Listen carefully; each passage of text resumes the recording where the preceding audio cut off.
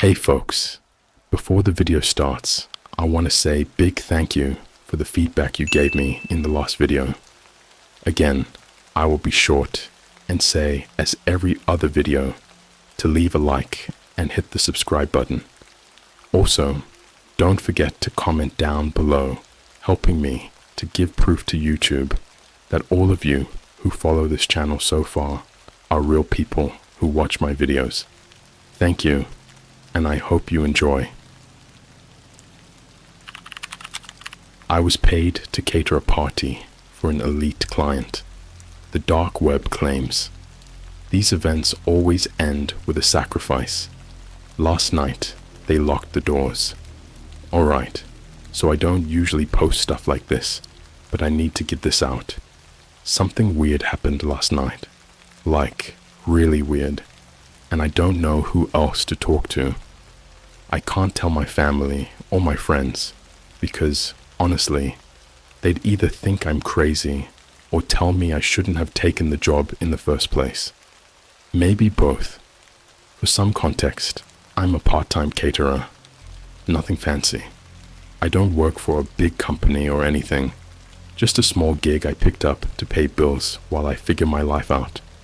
I mostly handle weddings, corporate lunches, the occasional retirement party. Easy stuff. But last week, I got a call from a number I didn't recognize.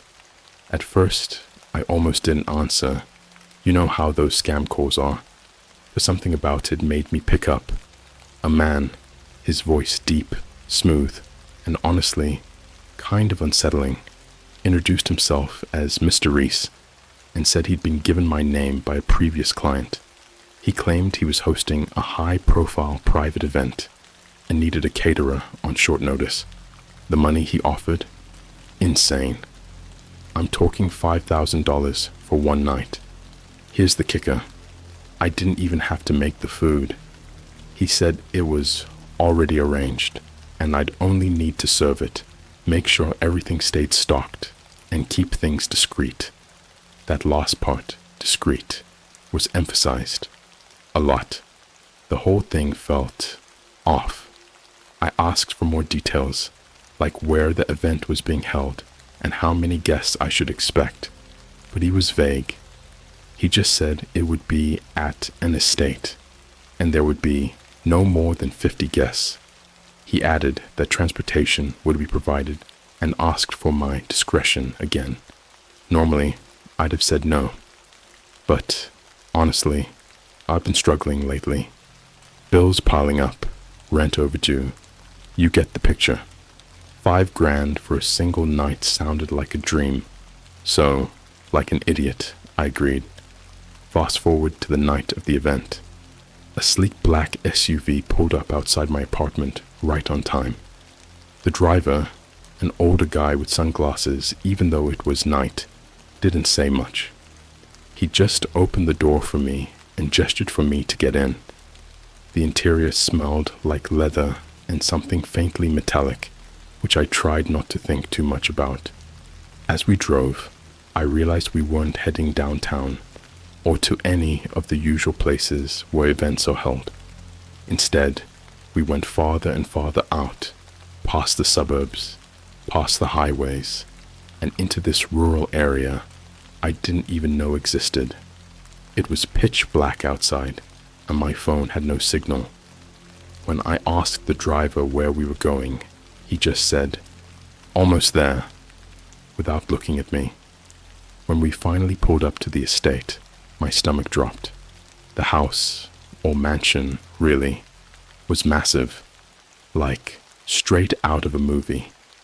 Tall iron gates opened automatically as we approached, and the driveway was lined with these eerie, flickering lanterns.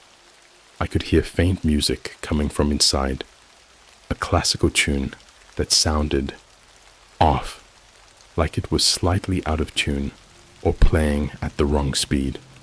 The driver stopped in front of the entrance, and a man in a suit, probably in his 50s, with slicked back hair and a cold smile, was waiting. "Welcome," he said, his voice like gravel. I trust Mr. Reese explained the importance of discretion. I nodded, trying to seem cool, even though my heart was pounding. He handed me a black uniform, no logo, no branding, just plain black, and said the other staff were already inside. When I asked where the food was, he waved a hand dismissively and said, "You'll be shown." The inside of the mansion was even more intimidating than the outside. The ceilings were impossibly high, and the walls were covered in old oil paintings, mostly portraits of people with cold, dead eyes that seemed to follow you no matter where you stood. The staff room was tiny compared to the rest of the house, and the other caterers barely spoke to me when I walked in. They all seemed tense, like they didn't want to be there either. The food? It was already laid out on massive ornate tables in the dining hall, and I'm not exaggerating when I say it was the most bizarre spread I'd ever seen. Sure, there were normal things, canapes, tiny desserts, some kind of roast meat, but then there were dishes I couldn't even identify. One platter had these pale, jelly-like cubes that smelled sickly sweet, and another had a black, oily soup that shimmered under the chandeliers. The guests, who started arriving around 9 p.m., didn't seem fazed by any of it. Here's where things started to get really strange. The guests were odd.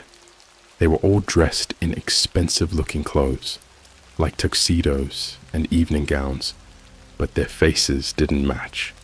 A lot of them looked sickly, pale, or gaunt, and their eyes, I don't know how to explain it. They were glassy, like they weren't entirely there. At one point, I caught a glimpse of a woman laughing at something, except her laugh didn't stop when her face did. Her mouth stayed frozen in this wide, unsettling grin, while the sound kept coming, loud and shrill, like a broken recording. I had to excuse myself and head to the kitchen to calm down. One of the other staff members, a guy named Paul, saw me and muttered, "First time, huh? You get used to it." I wanted to ask him what he meant, but before I could, the music stopped abruptly. That was when one of the guests, a tall man with a silver mask covering half his face, stood up and said, "Ladies and gentlemen, the hour is upon us." The other staff froze. The guests started clapping, slow, deliberate, and completely in sync. It was the most unnerving sound I'd ever heard. That's when Paul whispered, "If you have any sense, leave. Now." But before I could move, there was a loud clang, the sound of heavy iron doors slamming shut. I froze. The sound of the iron doors locking reverberated through the house like a gunshot. It wasn't subtle, either. It was deliberate, loud, and final. The kind of sound that makes you realize someone doesn't want you leaving anytime soon. Paul's face went pale. I wasn't imagining it. The dude was genuinely terrified. He grabbed my arm, hard enough that I almost dropped the tray I was carrying, and hissed, "Whatever happens, don't draw attention to yourself. Just keep your head down." Before I could respond, he was gone, disappearing into the kitchen like he wanted to be as far away from the dining hall as possible. I stood there, tray in hand, heart pounding so hard it felt like it might burst out of my chest. The clapping from the guests had stopped, replaced by a heavy, unnatural silence. It wasn't the kind of quiet where people are just waiting for something to happen. It was oppressive, like the house itself was holding its breath. The man with the silver mask, the one who had stood up moments before, began walking around the room. He wasn't in a hurry, taking slow, measured steps, and every guest's eyes were on him. Not one of them spoke or moved. He stopped in front of a woman seated at the far end of the table. She looked young, maybe mid-20s, with long dark hair and a red dress that seemed too vibrant, too striking for this cold, sterile room. She looked like she wanted to shrink into her chair. "Stand," the man said, his voice sharp and commanding. The woman hesitated for a second, just a second, but it was enough for the entire room to feel the weight of her mistake. He reached out and grabbed her wrist, pulling her to her feet with a force that seemed completely at odds with his calm demeanor. I couldn't look away. I didn't want to see what was about to happen, but my body wouldn't let me move. The woman was trembling, her head bowed, and the masked man tilted her chin up with one finger, so she was forced to look at him. "You were chosen," he said, and those 3 words hit me harder than they should have. There was something final about them, something that didn't leave room for questions or escape. The woman's lips parted like she was about to argue, but she didn't make a sound. Before I could process what was happening, one of the guests, a man sitting near the center of the table, started laughing. It wasn't a normal laugh. It was high-pitched, almost manic, and it echoed through the room like a haunting melody. A few other guests joined in, their laughter blending into this eerie, disjointed chorus. But their faces didn't change. They weren't smiling or even reacting. They just laughed. And then, all at once, they stopped. The silence snapped back into place, heavier than before. "Bring her," the man in the mask said, and 2 other men, dressed like security, in all black with earpieces, stepped forward and grabbed the woman by her arms. She didn't resist. She just let them lead her out of the room through a door on the far side that I hadn't even noticed until now. It blended seamlessly into the wall, like it was never meant to be found unless you knew it was there. As soon as the door closed, the music started again, that same off-tuned classical melody. The guests went back to eating and drinking as if nothing had happened. It was like watching a switch flip. Whatever tension had filled the room moments before was just gone. I wanted to leave. Every instinct in my body was screaming at me to get out of that house, to find a way past the locked doors and run as far and as fast as I could. But I didn't. I couldn't. There was something about the atmosphere in that place, something that made it feel like leaving wasn't just impossible. It was forbidden. The rest of the night was a blur.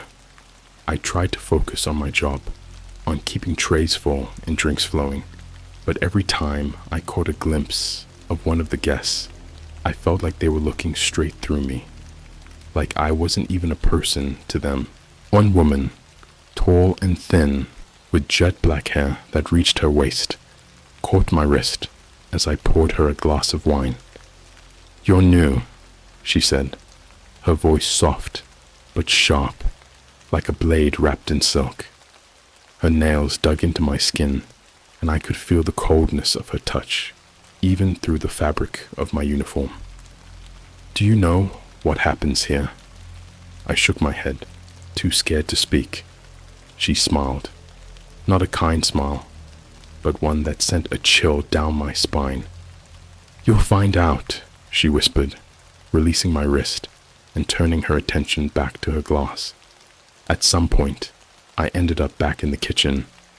I needed a moment to breathe, to process what the hell I had just witnessed, but the other staff didn't seem fazed.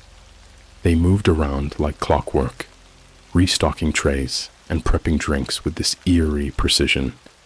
No one spoke, unless it was absolutely necessary.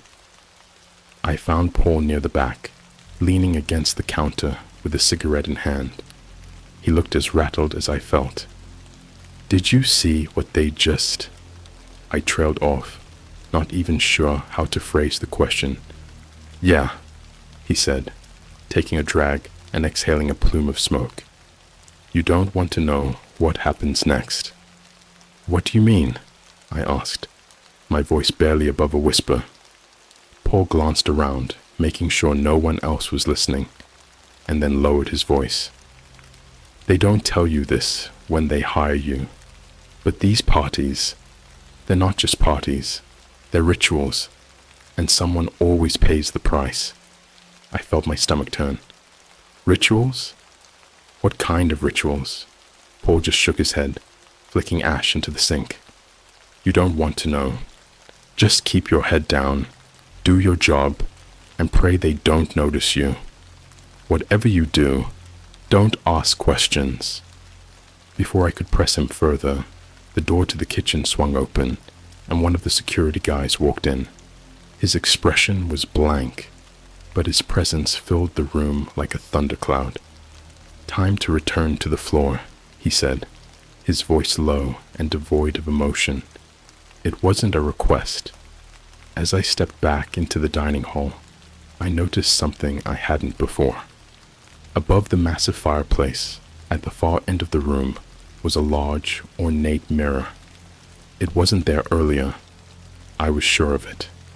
The frame was gilded, intricate, and the glass seemed to shimmer, almost like it was alive. And then, for just a moment, I saw something in it. Not a reflection, but a shadow. A figure standing in the center of the room, staring directly at me. But when I turned around, the space was empty. That's when I knew I wasn't making it out of this house without answers, or without a fight. If you've ever had that feeling of being watched, like really watched, then you know exactly how I felt in that moment. That mirror above the fireplace wasn't just there for decoration. It was wrong. I don't know how else to explain it. The way the glass shimmered and seemed to move like liquid. It wasn't reflecting the room as it should have been. It was distorted, warped. But what really got me was that shadow. I know I saw it. A tall, dark figure standing perfectly still in the center of the room. But when I turned to look, there was nothing. Just the usual scene. Guests laughing quietly, sipping drinks, picking at their food like the earlier tension had never existed. I tried to tell myself it was my imagination, that maybe the flickering candlelight had played tricks on me. But when I looked back at the mirror, the shadow was gone. The glass looked normal again, if you could call anything about this place normal. The night dragged on. The same surreal patterns repeated. Guests clapping in perfect unison, eerie laughter at seemingly nothing, and the occasional side glance that felt too deliberate to be casual. And yet, the unease never left me. Every corner of that house felt alive, like the walls were watching, the floors were listening. At one point, I found myself standing near the back of the dining hall, trying to stay as invisible as possible. That's when I noticed the chandelier above the table. It was enormous, made of crystal, with hundreds of tiny prisms that refracted the flickering light from the candles below. But there was something off about it too. The longer I stared, the more I realized it wasn't just reflecting the light. It was reflecting something else. For a split second, I swore I saw faces, dozens of them, staring back at me from within the crystal prisms. They weren't the faces of the guests either. These were twisted, contorted, and pale, with empty black eyes and mouths frozen in silent screams. I blinked, and they were gone. "Hey!" Paul's voice snapped me out of it. He was standing next to me, his face pale and slick with sweat. He wasn't holding a tray or doing any of his usual tasks. He just looked defeated. "They're about to start the next part," he whispered. "The next part of what?" I asked, trying to keep my voice steady. He didn't answer right away. Instead, he glanced around the room, his eyes darting to the mirror. the chandelier, and the guests. "Whatever you think this is, it's worse," he finally said. "I've worked 3 of these parties now. The first time, I thought I'd imagined it. The second time, I convinced myself it was just a weird, rich people thing. But after tonight, I'm done. You should be too." "Done with what?" I pressed. Before he could respond, the room went silent again. Completely silent. No clinking of glasses, no murmurs of conversation. Even the music had stopped. Every single guest was staring at the fireplace. No one moved. No one even seemed to breathe. The man with the silver mask appeared again, as if from nowhere. One moment, the space near the fireplace was empty, and the next, he was there, standing perfectly still, with his hands clasped in front of him. The firelight danced across the polished surface of his mask, making it gleam like molten metal. "Ladies and gentlemen," he said, his voice carrying through the room without effort, "the time has come." The hidden door in the wall opened again, and the 2 security guards returned. This time, they weren't escorting the woman from earlier. Instead, they carried something between them, something heavy and wrapped in a dark, blood-stained sheet. My stomach churned at the sight. They laid the bundle on the long dining table, right in the center. The table itself groaned under the weight, and I caught a glimpse of something beneath the sheet. A hand, pale, lifeless, and disturbingly still. I had to fight the urge to run. My legs felt like they were made of lead, and every instinct was screaming at me to get the hell out of there. But I couldn't, not with the doors locked, not with all those glassy-eyed guests who seemed so hungry for what was about to happen. The masked man pulled a long curved blade from inside his jacket. It gleamed in the firelight, razor-sharp and impossibly thin. He held it up for the room to see, and the guests erupted into applause. It was slow, deliberate, and completely synchronized, just like before. Then one by one, the guests began to rise from their seats. They moved with an eerie grace, their movements too fluid, too coordinated. It was like they were being guided by an invisible hand. They formed a circle around the table, their eyes fixed on the bundle in the center. Paul grabbed my arm again, his grip tight enough to hurt. "We need to leave," he whispered, his voice trembling. "Now." "But the doors," I started. "There's another way," he interrupted. "The staff entrance. It's hidden, but I know where it is. We have to go before they—" He stopped mid-sentence, his eyes wide with terror. I followed his gaze and saw what he was looking at. The mirror. The glass had changed again. The distorted reflections were back, but now they were more vivid, more real. The shadow from earlier was there too, except now it wasn't alone. Dozens of figures stood in the mirror, their black eyes locked onto the scene, in the room. They weren't just reflections, they were watching us. And then they started moving.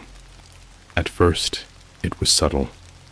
A shift here, a twitch there. But as I watched, the figures in the mirror began to step forward, pressing against the glass as if it were water. Their faces became clearer. Hollow cheeks, sharp teeth, and those endless black eyes. One of them raised a hand and pressed it against the inside of the mirror. A second later, I felt a cold, invisible hand on my shoulder. I spun around, but there was no one there. Paul didn't wait for me to snap out of it. He grabbed my arm and yanked me toward the kitchen. "Come on!" he shouted, louder than he should have. A few of the guests turned to look at us, their heads snapping in our direction like puppets on strings. But they didn't move to stop us. Not yet. We burst into the kitchen, and Paul led me to the back wall. There was a panel there, painted to blend in with the rest of the wall. He pressed his palm against it, and with a soft click, it swung open to reveal a dark, narrow staircase. "This leads to the servants' quarters," he said, his voice shaking. "There's a door to the outside at the end.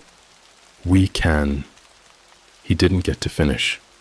The lights in the kitchen flickered, and the air turned ice cold. I turned to look at the doorway we'd just come through and saw one of the figures from the mirror. It wasn't in the glass anymore. It was standing there, tall and impossibly thin, its black eyes fixed on us.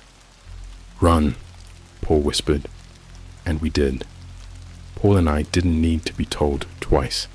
We bolted down the narrow staircase, our footsteps echoing in the confined space. The sound seemed too loud, almost amplified, like the walls themselves were amplifying every noise we made. My breathing was ragged, my chest tight, but I didn't dare stop. Behind us, I could hear something, a faint, scraping sound, like nails dragging against stone. Paul didn't look back, and I wasn't about to either. The staircase twisted downward, deeper than it had any right to go. It felt endless, the kind of thing you'd expect to see in some surreal nightmare. The air grew colder with every step, and the walls seemed to close in, the smooth plaster giving way to rough stone. The faint scent of damp earth filled my nostrils, and I realized we were descending into some kind of basement, or maybe even a catacomb. "What is this place?" I managed to gasp, my voice barely audible over the sound of our footsteps. Paul didn't answer. He just kept moving, his hand gripping the railing so tightly his knuckles were white. I didn't push him for an explanation. Honestly, I wasn't sure I wanted one. Finally, we reached the bottom. The staircase opened into a narrow, dimly lit corridor. The walls were lined with flickering sconces, their flames casting long, jittery shadows that seemed to dance with a life of their own. The air was heavy, damp, and filled with a faint, metallic tang, like blood. Paul hesitated for a moment, glancing down the corridor as if trying to decide which way to go. I could see the panic in his eyes, the realization that we might not be as safe as he'd hoped. "There's supposed to be a door," he muttered, more to himself than to me. "A way out." The scraping sound returned, louder now. It was coming from the staircase behind us. "They're coming," I whispered, my voice trembling. Paul swore under his breath and grabbed my arm, pulling me down the corridor. The sconces flickered violently as we passed, the flames dimming and brightening in a rhythm that felt almost deliberate, like they were reacting to our fear. The corridor twisted and turned, branching off into smaller tunnels that led to who knows where. The farther we went, the more disoriented I became. Every turn looked the same: rough stone walls, flickering lights, and shadows that seemed to shift and stretch in impossible ways. At one point, I thought I saw movement out of the corner of my eye, a dark figure darting across one of the side passages. I stopped dead in my tracks, my heart hammering in my chest. "Paul!" I whispered, but when I turned to look, there was nothing there, just an empty tunnel. "Keep moving," Paul said, his voice low and urgent. "We don't have time for this." I wanted to argue, to tell him what I'd seen, but the look on his face shut me up. He was terrified. Whatever was chasing us, or whatever lived down here, wasn't something we could afford to confront. We eventually came to a large, arched doorway. The wood was old and splintered, held together by rusted iron bands. It didn't look like the kind of door that would lead to freedom, but it was the only option we had. Paul pushed it open with a groan of effort, and we stepped into a massive underground chamber. The room was unlike anything I'd ever seen. The ceiling was impossibly high, lost in darkness, and the walls were lined with grotesque carvings, faces twisted in agony, skeletal hands reaching out, and symbols I didn't recognize. In the center of the chamber was a massive stone altar, stained dark with something that looked far too much like blood. "I don't think this is the way out," I said, my voice barely a whisper. Paul didn't respond. He was staring at something on the far side of the room, a figure standing perfectly still in the shadows. At first, I thought it was one of the things from the mirror, but as it stepped into the dim light, I realized it was worse. It was the man in the silver mask. "How disappointing," he said, his voice echoing through the chamber. He sounded almost amused, like we were children caught sneaking out past curfew. "I had hoped you would be smarter than this." Paul stepped in front of me, his body tense. "We're leaving," he said, his voice shaking but determined. The masked man tilted his head slightly, like a predator sizing up its prey. "Oh, Paul, you've worked so many of these events. Surely you understand there is no leaving, not without my permission." I could feel the weight of his gaze, even through the mask. It was suffocating, like he was peeling back the layers of my mind and looking at everything I wanted to keep hidden. "You should have stayed upstairs," he continued, his tone almost conversational. "You might have even survived the night. But now—" He raised one hand, and the shadows in the room seemed to ripple in response. They moved unnaturally, pooling around the altar and stretching toward us like living things. Paul grabbed my hand. "Run!" We bolted for the nearest tunnel, not caring where it led. The shadows followed, slithering along the floor and walls like smoke. They weren't just shadows anymore. They had substance, weight. I could feel the cold, clawing presence of them at my heels. The tunnel seemed endless, twisting and turning in ways that defied logic. I lost all sense of direction. Left, right, left again. It didn't matter. Every passage looked the same, and the shadows were always right behind us.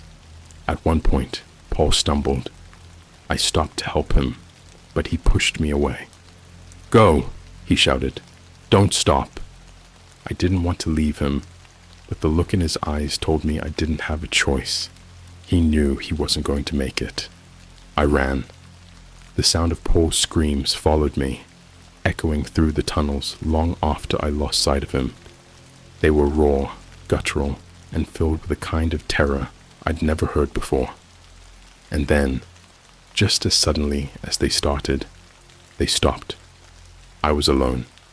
The shadows didn't seem to be following me anymore, but the air still felt heavy, oppressive. The sconces in the walls flickered weakly, their flames barely holding on, and the walls themselves seemed to close in, as if the tunnels were alive. Just when I thought I couldn't go any farther, I saw it. A faint light up ahead. It wasn't the flickering orange of the sconces. It was something else, something colder, harsher. I stumbled toward it, my legs weak and my lungs burning. As I got closer, I realized it wasn't an exit. It was another room, and standing in the center of it, bathed in that cold, unnatural light, was the mirror. The same mirror from the dining hall. The same one that had shown me shadows and horrors I couldn't explain. Except now, the figures weren't just in the glass. They were waiting for me. I stood frozen at the threshold of the room, my eyes locked on the mirror. It was enormous now, far larger than it had been in the dining hall. The ornate frame stretched up to the ceiling, its surface shimmering like liquid silver. But the worst part wasn't the size or the light. It was the figures. They were no longer trapped in the glass. They stood just on the other side, pressed against the surface like it was a membrane, their faces distorted and inhuman. They didn't have features so much as suggestions of them, hollowed eyes, mouths stretched far too wide, and limbs that bent at impossible angles. Their bodies seemed to pulse, as though the glass couldn't fully contain them. And they were waiting. I took a step back, but the room behind me wasn't the corridor I'd come from. The door I'd entered through was gone, replaced by smooth stone walls that stretched endlessly in every direction. The mirror was the only thing in the room now, the only thing that felt real.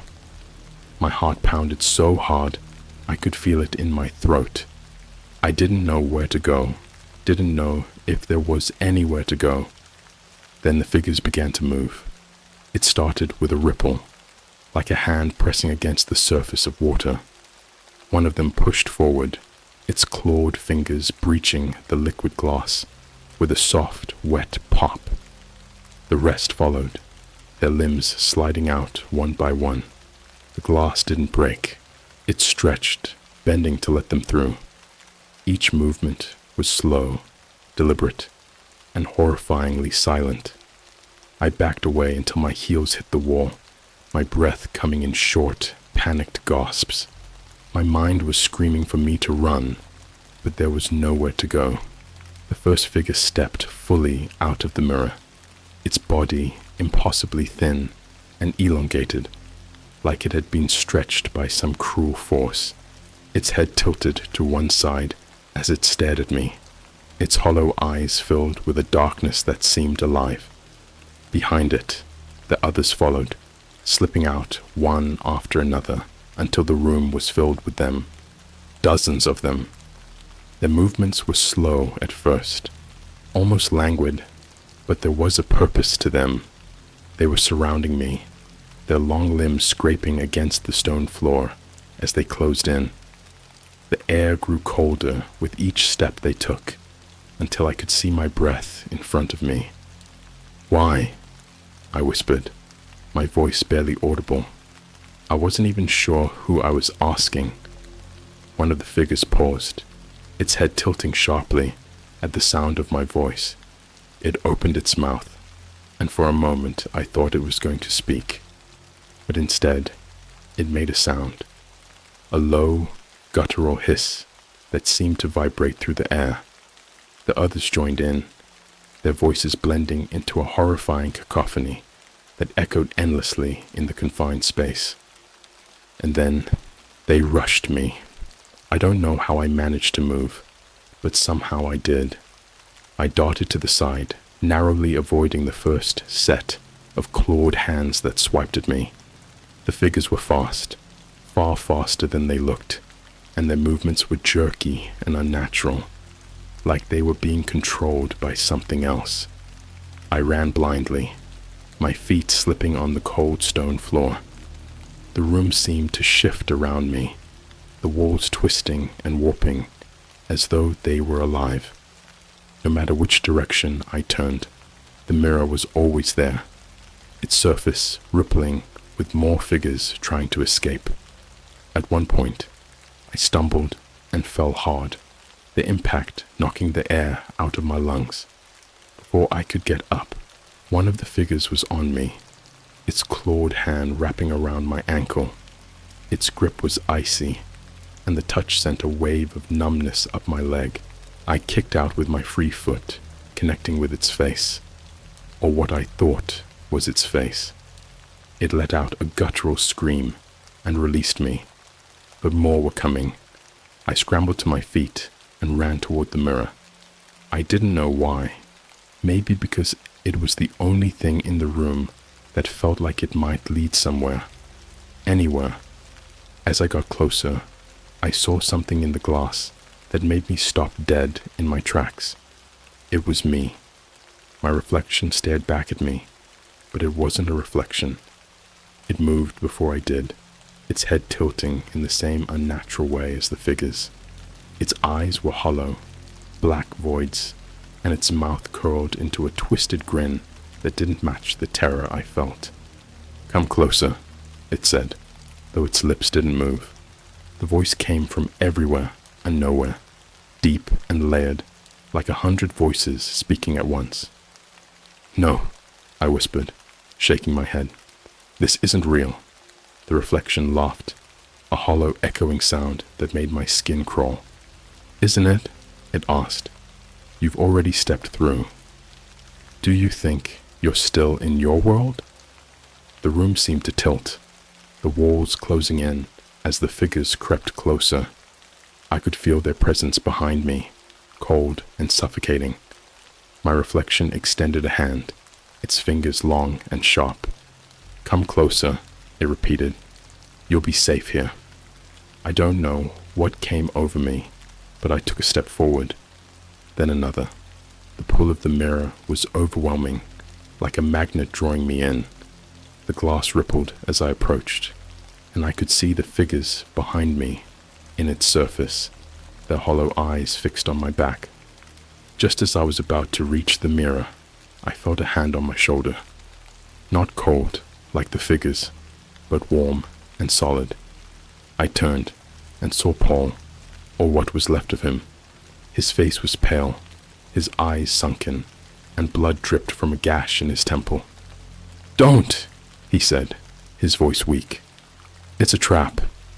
I hesitated, my hand hovering inches from the glass. The reflection's grin widened, its eyes burning with something I couldn't describe.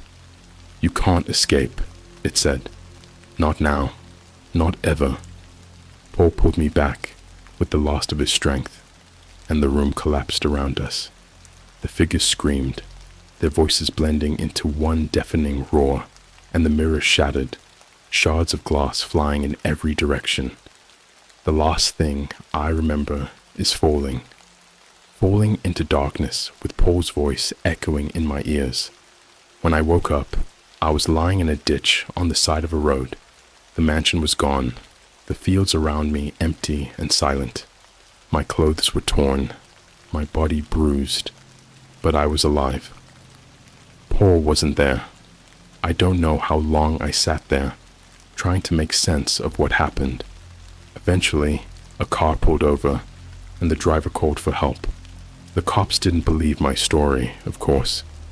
They chalked it up to exhaustion or a bad trip, but I know what I saw. I still see it sometimes, in mirrors, in shadows, in the corners of my vision. The figures are still there, watching, waiting, and sometimes late at night, I hear the sound of glass shattering, followed by a faint, guttural hiss. I'm a security guard for an abandoned building. The dark web claims it's a portal to hell. Last night, I heard screaming from the locked basement. Hey, Reddit. So, I guess you could say I have an interesting job. I'm a security guard, but not in the way you'd think. I don't watch over a mall or some fancy office building. Nope. I'm the night shift guy for an abandoned building on the outskirts of town. It's not just any building, though. This place has a reputation. Locals call it the Devil's Gateway. Dramatic, right? Apparently, back in the 70s, it was some kind of experimental facility. Nobody's really clear on what they were experimenting on, though. Government stuff, probably. You know how those rumors go. People claim there were disappearances, weird power outages, even sightings of shadow people. By the time the facility closed down, the whispers had already started. Satanic rituals, haunted basement, you name it.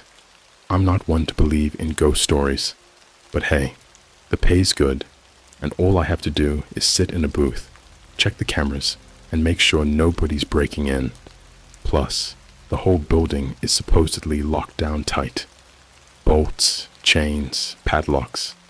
It's like Fort Knox for ghosts or whatever. Here's the thing, though. I think I'm in over my head. When I first took the job, It sounded like a dream gig for someone like me. No real interaction with people. Score, introvert life. No heavy lifting. And, most importantly, no boss breathing down my neck. Just me, a couple of grainy security cameras, and 8 hours to kill. The company didn't tell me much about the building when I got hired. They only said to stay out of the basement and never, under any circumstances, open the main doors. Yeah, creepy as hell. But I figured it was just some liability thing. Maybe they're afraid the floor down there is unstable or something. Who knows? But it was last night that made me realize something's wrong. It started like any other shift. I showed up at 10 p.m., waved to the daytime guy, who practically sprinted out of there, and settled into my booth with a cup of coffee and my phone. I did my usual routine, scan the monitors, make sure all the doors and gates were secure, and scroll through Reddit to pass the time. Nothing out of the ordinary. Around midnight, though, I noticed something weird. One of the cameras, the one pointed at the basement door, started flickering. Just static. It happens sometimes. These cameras are ancient. But then I realized something that made my stomach drop. The basement camera doesn't have audio, but I could hear something through the static. It was faint at first, almost like white noise, but then it got louder. It sounded like crying. Not just crying, though. It was this gut-wrenching, deep sobbing, like someone was in absolute agony. I turned up the volume on the monitor, my hand shaking a little. I wanted to believe it was a glitch, some kind of interference from another signal. But it sounded so real. Too real. I tried to radio my supervisor, but the static on the camera seemed to mess with the frequency. The walkie-talkie just hissed back at me. I even pulled out my phone to call someone, anyone, but I had no signal. Classic horror movie stuff, right? Only this wasn't a movie. This was happening to me, in real time, and I had no idea what to do. Part of me wanted to just leave. Screw the job, screw the paycheck. But then I thought about the rumors, about the building, about the damn basement. What if someone was actually down there? What if some idiot managed to break in, and now they were hurt or trapped? It wasn't like I could just ignore it. So, against every instinct screaming at me to stay put, I grabbed my flashlight and my key ring and headed inside. The building is even creepier at night. No lights except for the dim glow of the emergency fixtures, and the air always feels heavy, like the place is breathing. My footsteps echoed as I made my way to the basement door, the sound bouncing off the peeling walls and graffiti-covered tiles. When I got to the door, I stopped. My heart was pounding so hard, I thought it might give out on me.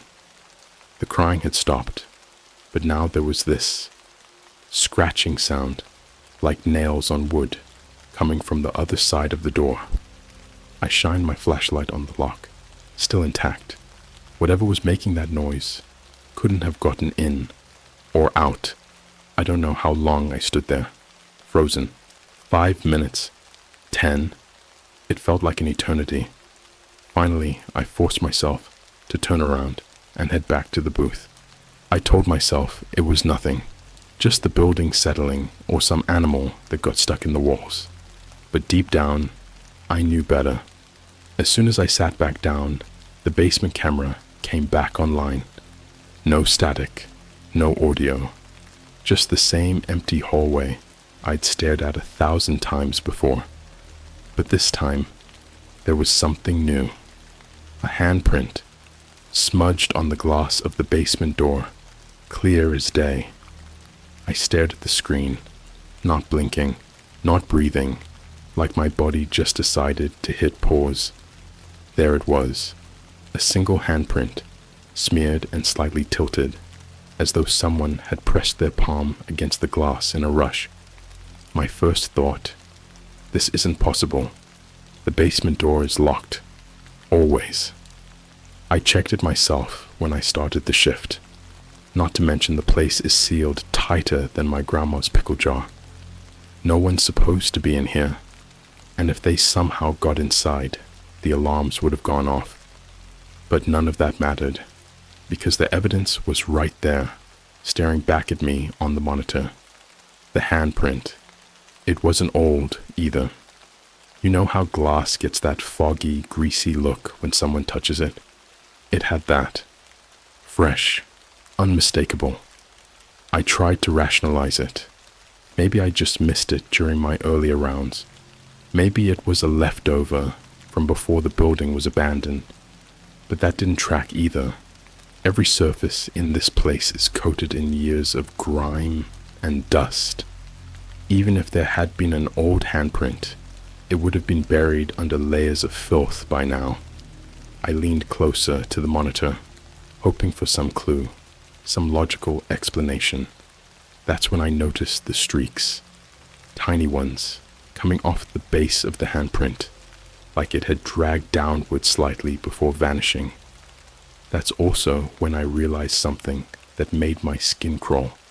The handprint was on the inside of the glass. I turned away from the screen, feeling a cold sweat start to bead on my forehead. Something wasn't right.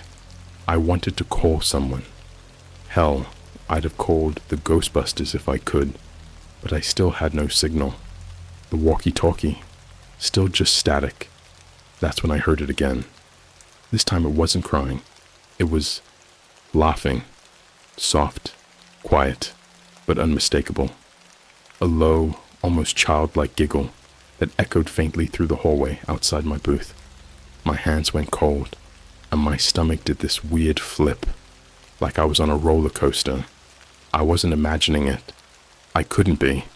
I grabbed my flashlight again, trying to steady my breathing. It felt like every nerve in my body was screaming at me to stay put, lock the door, and wait for morning. But another part of me, probably the stupid part, was convinced I needed to check it out. What if it was just a prank? Some kids messing around? Yeah, they'd have to be idiots to break into this place. But I couldn't shake the thought. I stepped into the hallway, the air immediately colder than it should have been. My flashlight beam jittered along the walls, exposing patches of peeling paint and rust stains that almost looked like blood in the dim light. Every creak of the floorboards beneath my boots made my heart jump.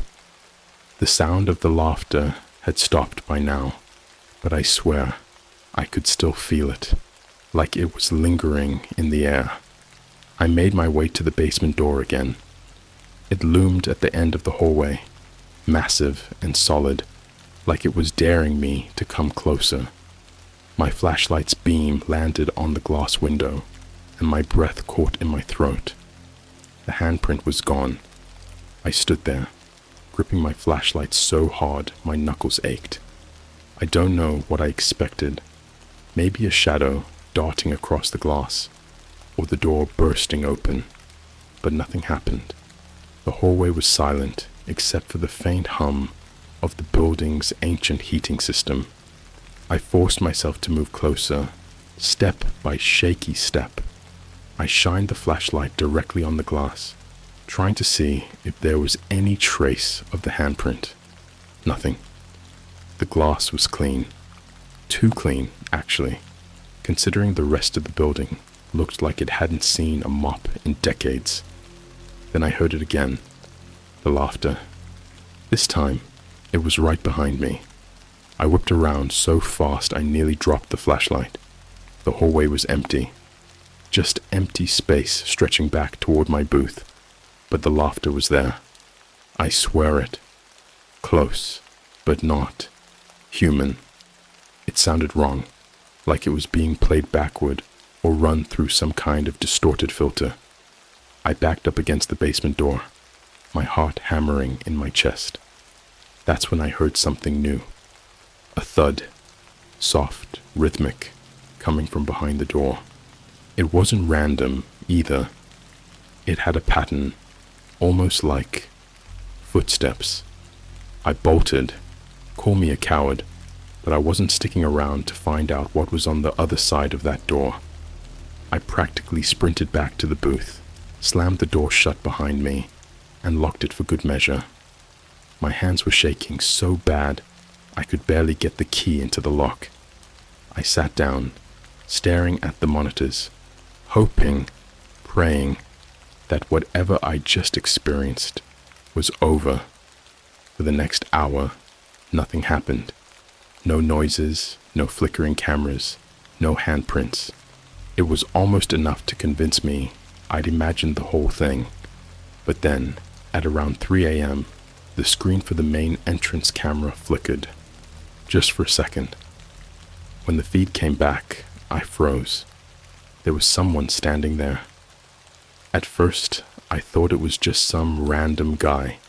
He was tall, wearing what looked like a long coat, and his head was tilted at this weird angle, like he was trying to look at something just out of frame. But the more I stared, the less sense it made. His face was wrong, blurry, almost pixelated, like the camera couldn't quite focus on him. And then he moved. Or, I should say, he glitched. 1 second, he was at the far end of the hallway, and in the blink of an eye, he was closer. Too close. Like the frames had skipped forward somehow. I could feel my pulse pounding in my ears as I watched him inch closer and closer to the camera, each glitch faster than the last. When he was finally in full view, I swear my heart stopped. His face wasn't blurry anymore. It was completely blank. No eyes, no mouth, just smooth, featureless skin. He leaned toward the camera, tilting his head in that same unnatural way, and raised his hand. He pressed it against the glass of the main entrance door, just like the handprint I'd seen on the basement door. Only this time, I could see it forming in real time. And then, just like that, the feed cut to static. The static on the monitor didn't last long, maybe 10 seconds, but it felt like an eternity. I just sat there, gripping the arms of my chair so hard I could feel the cheap vinyl peeling under my nails. When the feed finally came back, the hallway was empty. The man, or whatever he was gone. I scanned all the cameras like a madman, flipping between angles, checking every corner of the building. Nothing. Not a single sign of him. But here's the thing. Even though the screens showed me nothing unusual, I couldn't shake the feeling that he was still here, somewhere in the building, watching me. I thought about leaving right then and there, just walking out the door, getting in my car, and never looking back. But a few things stopped me. First, the front doors were still locked, and I wasn't about to go near them after what I'd just seen. Second, my car keys were in my bag, which I'd left in the break room on the other side of the building. Brilliant, right? And third, some twisted part of me needed to know what was going on. I couldn't explain it, but it was like this place had its hooks in me, pulling me deeper into whatever nightmare was unfolding. I decided to stay put for a while, hoping things would quiet down. Maybe the cameras had glitched. Maybe I'd imagined the whole thing. But then, just as I was starting to convince myself everything was fine, I noticed something strange on the basement camera. The hallway leading to the basement door was empty, but in the corner of the screen, barely visible, was a shadow. It wasn't shaped like a person, or even an object. It was just a dark, shifting blur that seemed to pulse in and out of focus. At first, I thought it might be a smudge on the lens, but as I watched, it started to move. Slowly, almost imperceptibly, It crept along the edge of the frame, heading toward the basement door.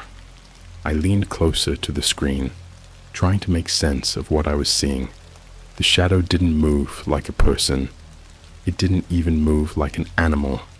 It was fluid, almost liquid, rippling and stretching as it slid along the floor. When it reached the door, it stopped. For a few agonizing seconds, it just hovered there, like it was listening, and then the door rattled. The sound was soft at first, just a faint metallic clinking, like someone was testing the lock. But then it got louder, more violent. The door started to shake, the chains clanging against the frame. My breath hitched as I stared at the screen, half expecting the door to burst open. But it didn't. Instead, the rattling stopped as abruptly as it had started, and the shadow disappeared, just blinked out of existence, like it had never been there. I sat back, my head spinning. What the hell was going on? I didn't have long to process it though, because that's when the lights started flickering. The fluorescence overhead buzzed and dimmed, plunging the booth into a strobe-like nightmare. My flashlight, lying on the desk next to me, flickered to life on its own, casting erratic beams of light across the room.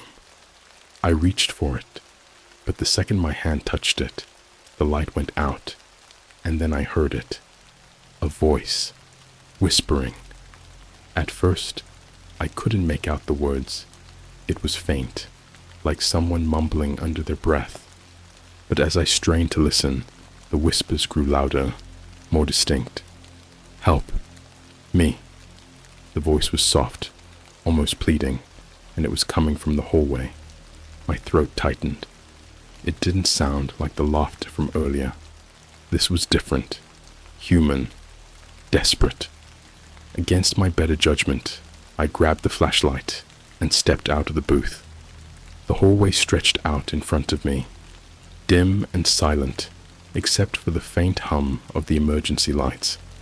I shined the flashlight down the corridor, half expecting to see the faceless man standing there, but it was empty. Hello? My voice came out shaky, barely above a whisper. I felt ridiculous talking to thin air, but the voice had sounded so real. Is someone there? Nothing, just the sound of my own breathing and the distant hum of the building's ancient electrical system. I took a few hesitant steps forward, the flashlight beam jittering across the walls. The air felt colder now, heavier, like I was walking through water. And then I saw it. There was something on the wall, about halfway down the hallway.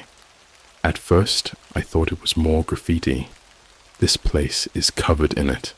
But as I got closer, I realized it wasn't paint. It was handprints. Dozens of them, smeared across the peeling wallpaper. They were small, child-sized, and they looked wet, glistening under the flashlight's beam. I reached out to touch one, half expecting it to be sticky, but my fingers came away dry.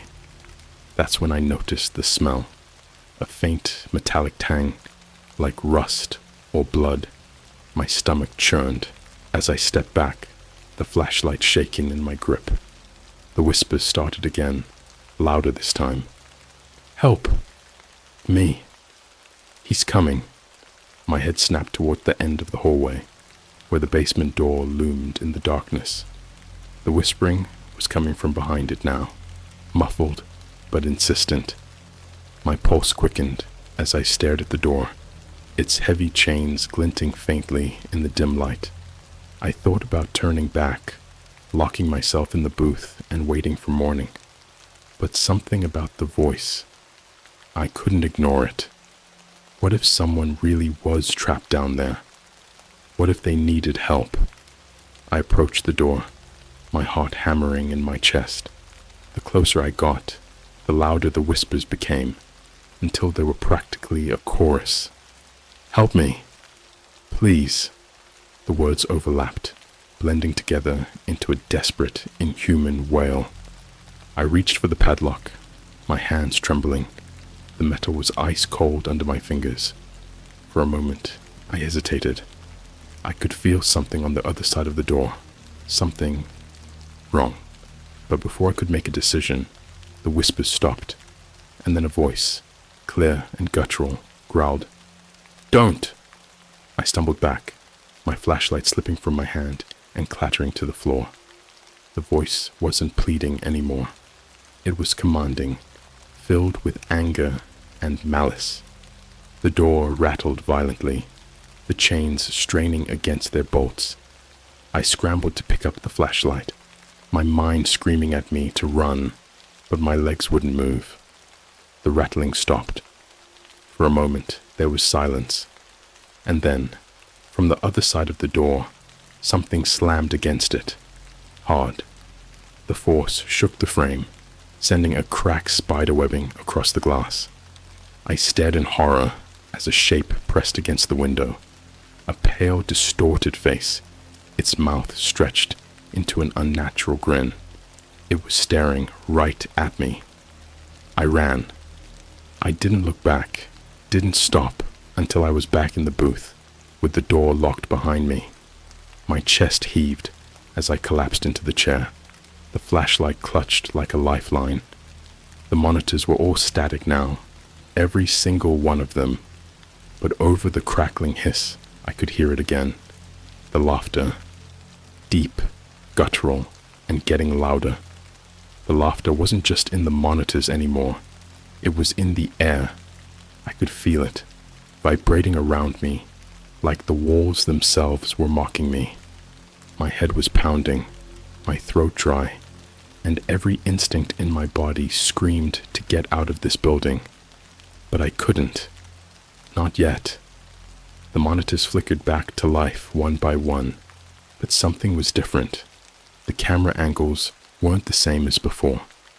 It was like they'd been moved, repositioned. One was staring at the ceiling, another at the floor, and one, a camera that should have been covering the main lobby, was now pointed directly at my booth. And there, on the grainy black and white feed, I saw something that turned my stomach to ice. There was a figure standing in the hallway just outside my booth. It wasn't moving, just standing there, its head tilted like it was studying me. I couldn't make out much, just a vague silhouette, but the way it stood, motionless and too still to be human, made my skin crawl. I wanted to look out the window to see if it was really there, but I couldn't bring myself to move. I was too scared of what I might see. Instead, I kept my eyes glued to the monitor, hoping the figure would just go away. But then, as I watched, it did something that made my heart nearly stop. It waved. Not a friendly wave, either. It was slow, deliberate, almost mocking, like it knew I was watching, and it wanted me to know it could see me too. My breath hitched as the figure turned and walked out of frame, its movements unnaturally jerky, like a video playing at the wrong frame rate. I grabbed the walkie-talkie, desperate for some kind of connection, but all I got was static. My phone still had no signal. I was completely alone, trapped in this nightmare, with no way to call for help. And then the basement camera caught my attention. The chains on the basement door were moving. At first, I thought it was just the camera flickering again, but as I leaned closer to the screen, I could see them swaying gently, like they were caught in a breeze. Only there was no breeze, not down there. I swallowed hard, trying to convince myself it was just the building settling. But then the padlock started to twist, the metal groaning as it bent under some invisible pressure. My stomach churned as I watched the lock snap clean in half, the chains falling to the floor with a deafening crash. I shot up from my chair, the sound echoing in my ears, even though I was nowhere near the basement.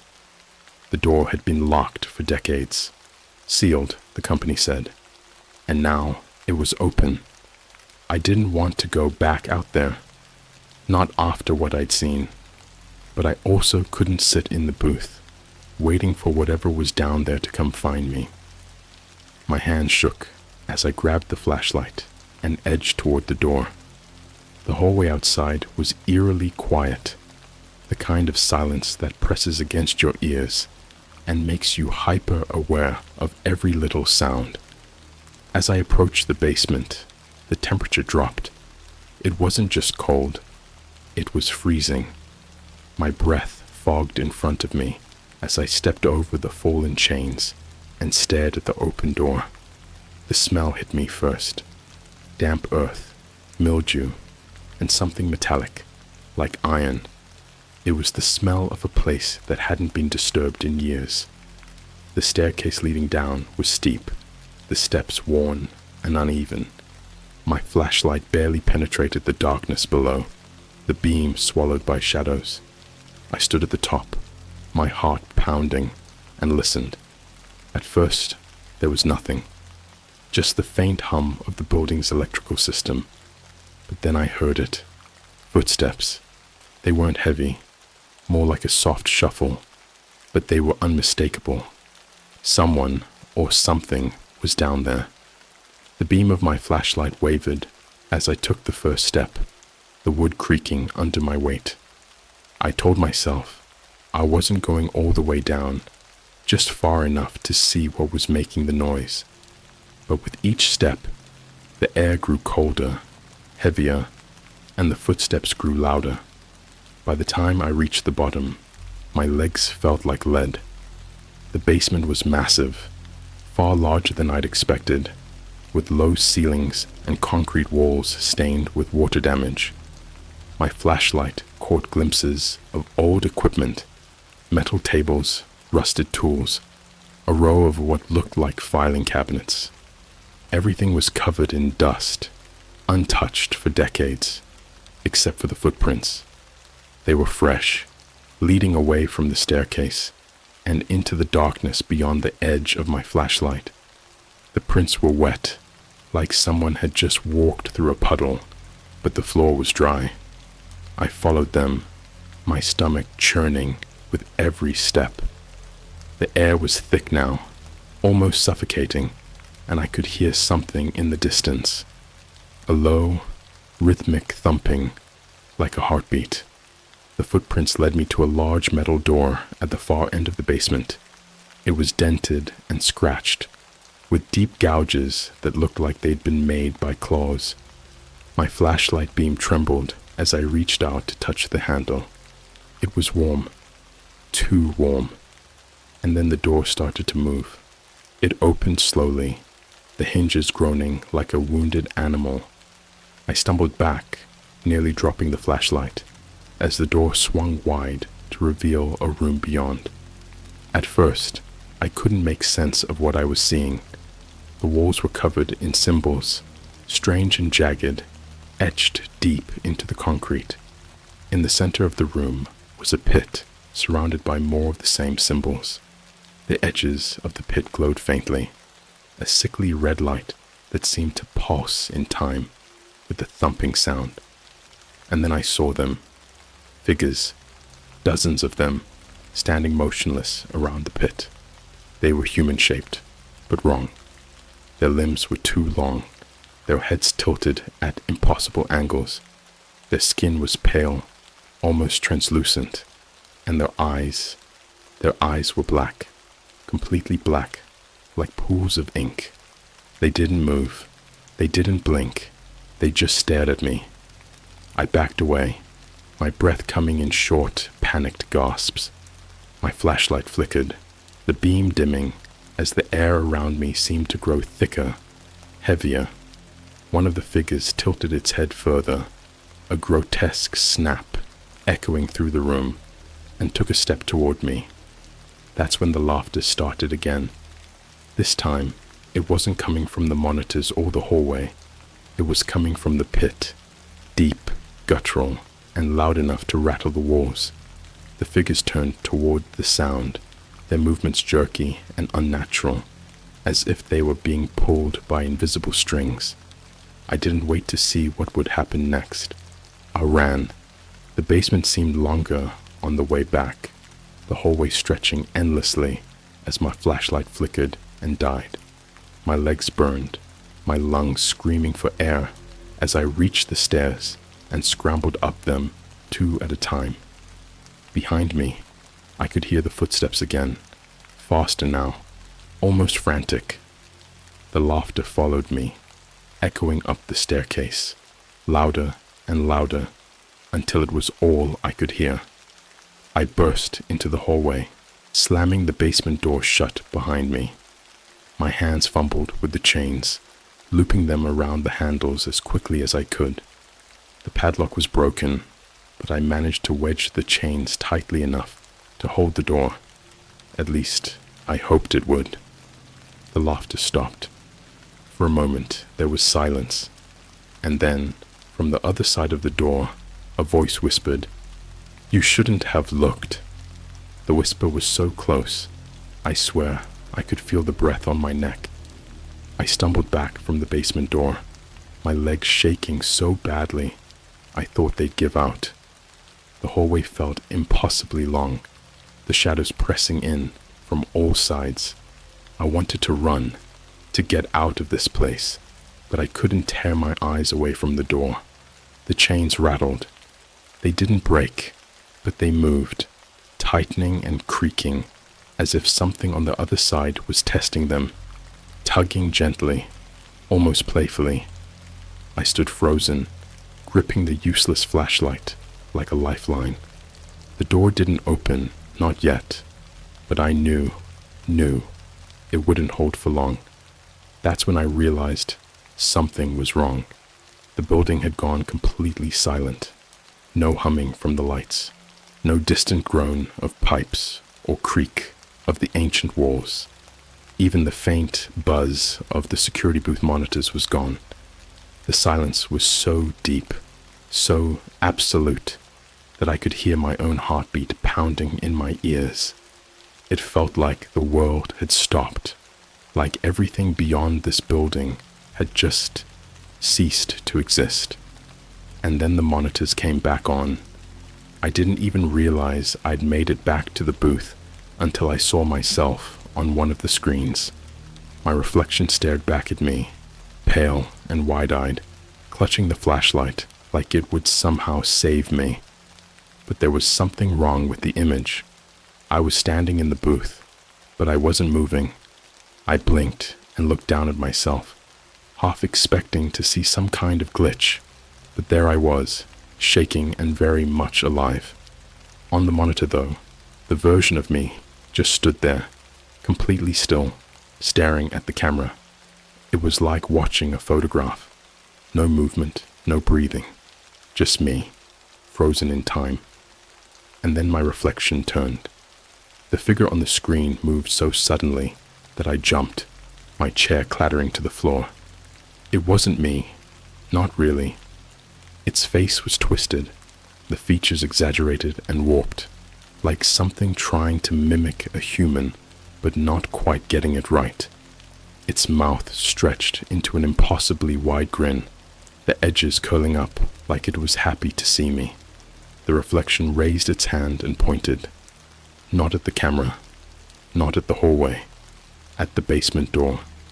The laughter returned, low and guttural, vibrating through the booth. I could feel it in my chest, like a second heartbeat, and I clamped my hands over my ears to block it out. It didn't help. The sound wasn't just external. It was inside me, filling every corner of my mind, until I thought I might go insane. And then the camera feeds changed again. Every monitor now showed the same image, the basement door. The chains were snapping, one by one, each one falling to the ground with a metallic clang that echoed through the hallway. I could feel the vibrations of it in the floor beneath my feet. I wanted to run. I needed to run. But something kept me rooted to the spot, like the air itself was holding me in place. The laughter was getting louder, drowning out my thoughts, my instincts. I couldn't move. I couldn't breathe. And then the door opened. It didn't just swing open. It exploded outward, the chains flying like shrapnel and embedding themselves in the walls. A gust of wind, hot and foul, rushed up the stairs, carrying with it a sound I'll never forget. A low, rumbling growl, like the earth itself was splitting apart. The monitors flickered wildly, the images distorting and stretching, but one thing remained constant. The pit. The room at the bottom of the stairs. The red light spilling out of it, pulsing like a heartbeat. And then the figures started to emerge.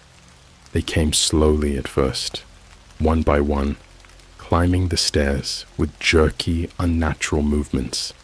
Their limbs bent at impossible angles, their heads lolling like broken dolls.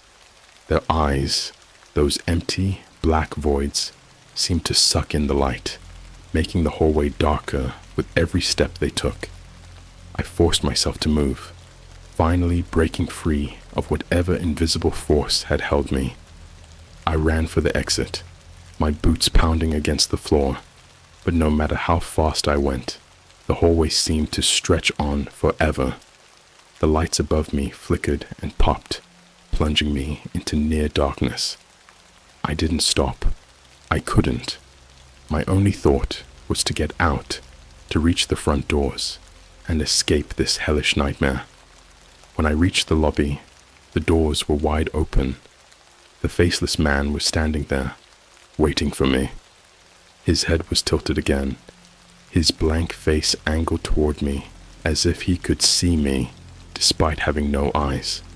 He raised one long, pale finger and pointed behind me. I didn't turn around. I didn't need to. The laughter was right there, so loud now that it felt like my skull might split open. The heat was unbearable, the air thick and choking.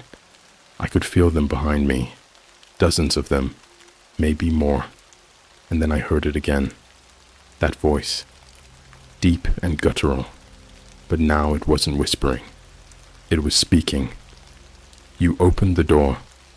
I bolted past the faceless man, out into the night, and didn't stop running until I reached my car.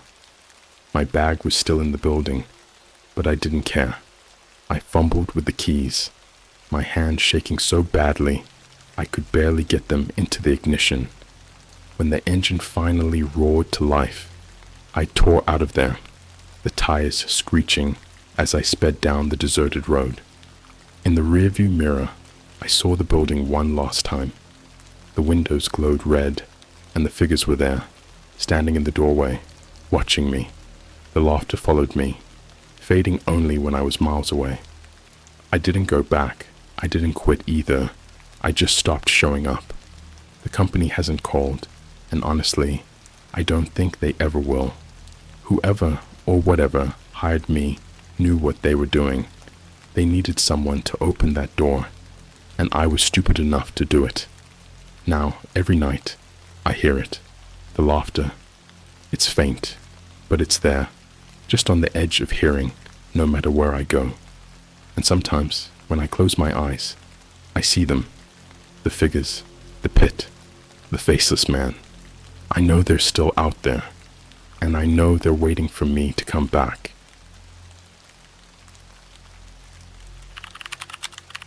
I'm a NASA technician. The dark web claims one of our astronauts never came back alone. I just found his mission files. Okay, so I'm not the kind of guy who normally posts stuff like this. I'm a NASA technician. Nothing glamorous, just a desk jockey who works on post-mission data analysis. It's a job I love, but let's be real. It's way less Star Trek and way more crunching spreadsheets at 2 a.m. Still, I've always been proud to say I work in a place where some of the coolest science on the planet happens. Or off the planet, I guess. But something happened a few days ago, and it's been gnawing at me like crazy. I wasn't going to talk about it. I I signed more NDAs than I can count, but after the third sleepless night, I decided, screw it, I need to get this out. If NASA finds this, whatever, at least I'll know I told someone. So, a little backstory. My job mostly involves reviewing data from past space missions. Think telemetry logs, video feeds, environmental sensor readings, etc. Most of the time, it's routine stuff. Sure, I've stumbled across a few oddities, like some weird radiation spikes or a strange glitch in a feed, but nothing that couldn't be explained. Until last Tuesday, I was assigned to clean up an old archive drive from a mission that launched about a decade ago. For context, every mission generates terabytes of data. It gets dumped into drives, which are supposed to be cataloged and backed up. But with government budgets and human error being what they are, sometimes drives get mislabeled or just forgotten. This one had a big red "Do Not Touch" label on it, but it wasn't in the restricted section, so I figured it was probably just some bureaucratic overkill. Anyway, I plug it in, expecting to see another stack of boring environmental logs. Instead, I see folders labeled with generic names like Video 01 and Audio 02. At first, I thought it was weirdly unorganized for a NASA drive. Usually, files are meticulously tagged with mission names and timestamps, but I shrugged it off and opened the first video file. It was grainy black and white footage from inside a spacecraft. Judging by the design, it was an older capsule, definitely pre-SpaceX era. There were 3 astronauts visible, floating around in zero gravity, doing what astronauts do. One of them was joking with another while unpacking some equipment. It looked normal enough, like footage you'd see in a documentary. Then I noticed something odd. In the corner of the screen, just past the edge of the cabin, there was this shadow. It was faint, but it wasn't coming from any of the crew or their gear. It looked almost humanoid, but distorted, like it was being seen through water. I figured it was a compression artifact. Old footage tends to get glitchy, but something about the way it moved felt deliberate. It wasn't jittery or random like a glitch. It swayed, almost like it was watching them. Still, I didn't think too much of it. I wrote it off as a visual anomaly and moved on to the next file. This one was labeled Audio 02. When I played it, I immediately recognized the voice of one of the astronauts. It was a log entry. He was narrating their day, talking about routine stuff, like equipment checks and experiments. But about 2 minutes in, his tone changed. He started stammering, like he wasn't sure how to describe something. This is Commander Michaels, log entry 14, he said. We've been hearing this sound. It started about 0200 hours. It's faint, but it's there. Kind of a tapping, or maybe scratching. Could be thermal expansion on the hull, but... He paused for a long time before muttering, "It's just weird, man. Scratching." That word sent a shiver up my spine. Space is silent. There's no air for sound to travel through. If something was scratching the hull, it wasn't coming from outside. I started to feel uneasy, but I still wasn't ready to call it anything other than a coincidence. Maybe there was a logical explanation, right? So, I kept going. The next file was another video. This one was different. It wasn't from a stationary camera in the cabin. It looked like someone had been holding a handheld camcorder. The video started with one of the astronauts filming himself. He was grinning, clearly trying to document something exciting. "We've got a mystery on board," he said, his voice full of forced cheer. He pointed the camera toward a window. Check this out. The footage panned to show the darkness of space. At first, it looked normal. Just a sea of black dotted with stars. But then the camera zoomed in on something that made my stomach drop. There was a faint outline of something against the void. It was too blurry to make out any details, but it wasn't a satellite or space debris. It was huge, and its edges seemed to shimmer like it wasn't entirely solid. "What the hell is that?" a voice off camera said. The astronaut with the camera whispered, "No idea, but it's been following us since the last orbit." The video cut out after that. By this point, my hands were shaking. I wasn't just spooked. I was straight up confused. None of this was in the official mission logs. NASA is obsessive about documenting everything. But this wasn't in any of the files I'd ever seen. It was like someone had deliberately hidden it. I should have stopped there. I should have shut the drive down and handed it over to my supervisor. But I didn't. Curiosity got the better of me, and I clicked on one last file. It was labeled Recovered Transcript. It wasn't a transcript, though. It was a report written by a NASA psychologist. The document described how one of the astronauts, Commander Michaels, had started acting strangely after the mission. He reported vivid nightmares of being watched and claimed he could still hear the tapping, even on Earth. The final line of the report chilled me to the bone. Subject exhibits symptoms consistent with acute paranoia and psychosis. However, the delusions are unusually specific and identical to those reported by the deceased crew member. Deceased crew member? I scrolled back through the mission files to find out who had died, but as I dug deeper, I realized something horrifying. Officially, all 3 astronauts on that mission made it back alive. So who the hell was the deceased crew member? I didn't sleep that night. After finding that file about the deceased crew member, my brain went into overdrive. None of it made sense. The mission records, at least the ones available to NASA staff, showed 3 astronauts, Commander Michaels, Lieutenant Harris, and Dr. LeMay. All 3 returned safely, had post-mission debriefs, and went on with their lives. There was no mention of a 4th person, but that report, it explicitly referred to a deceased crew member. It was probably nothing, right? A typo? A misunderstanding? I wanted to believe that, but my gut told me otherwise. There was something wrong with this mission, something they didn't want anyone to find. And now, I was neck deep in it. I couldn't go back to work without looking deeper. I needed to understand what I was dealing with.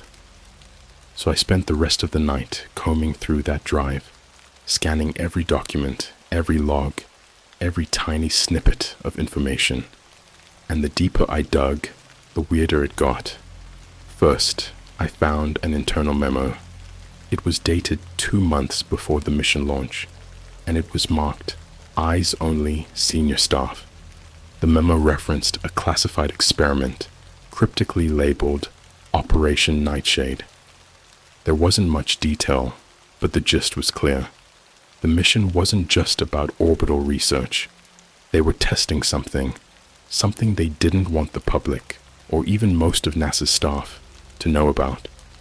Then I stumbled on a file labeled Crew Roster Addendum. I almost skipped it because I assumed it would be redundant, but when I opened it, my blood ran cold. There was a 4th name. I won't type the name here.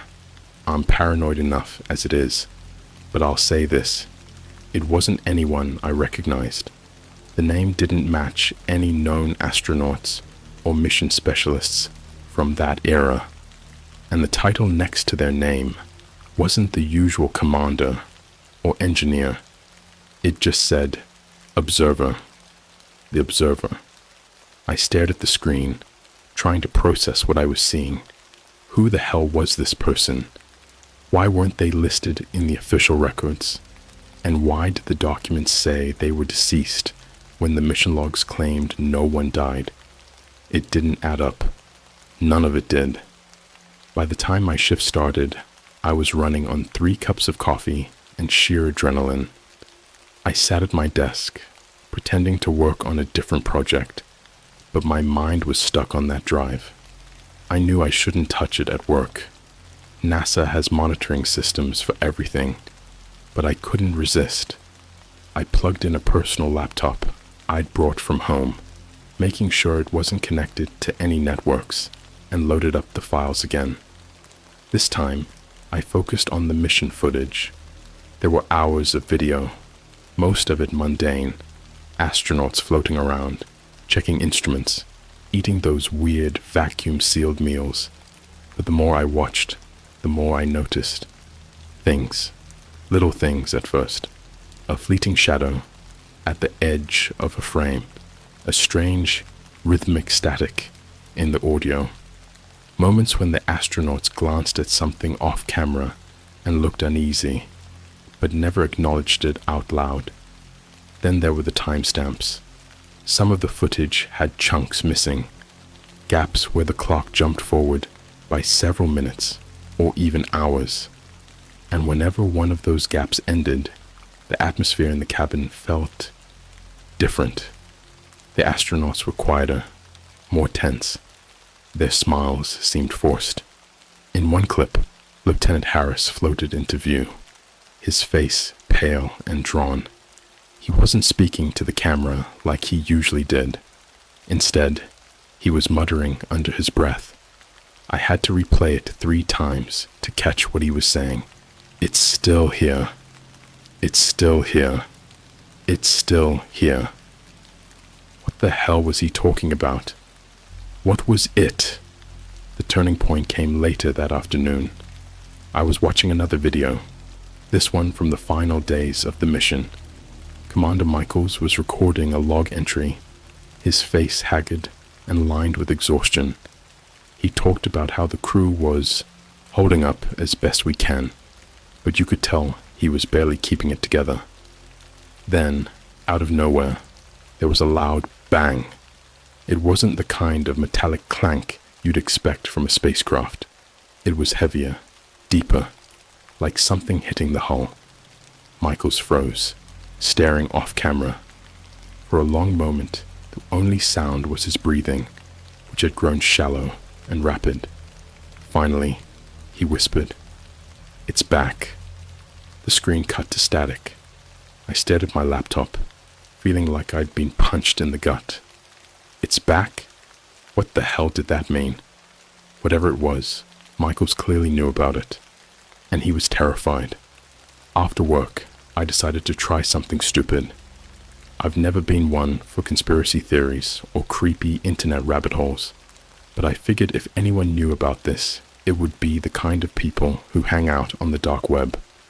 I'd always heard rumors about weird NASA-related forums, places where whistleblowers leaked classified info or shared unsolved mysteries about space.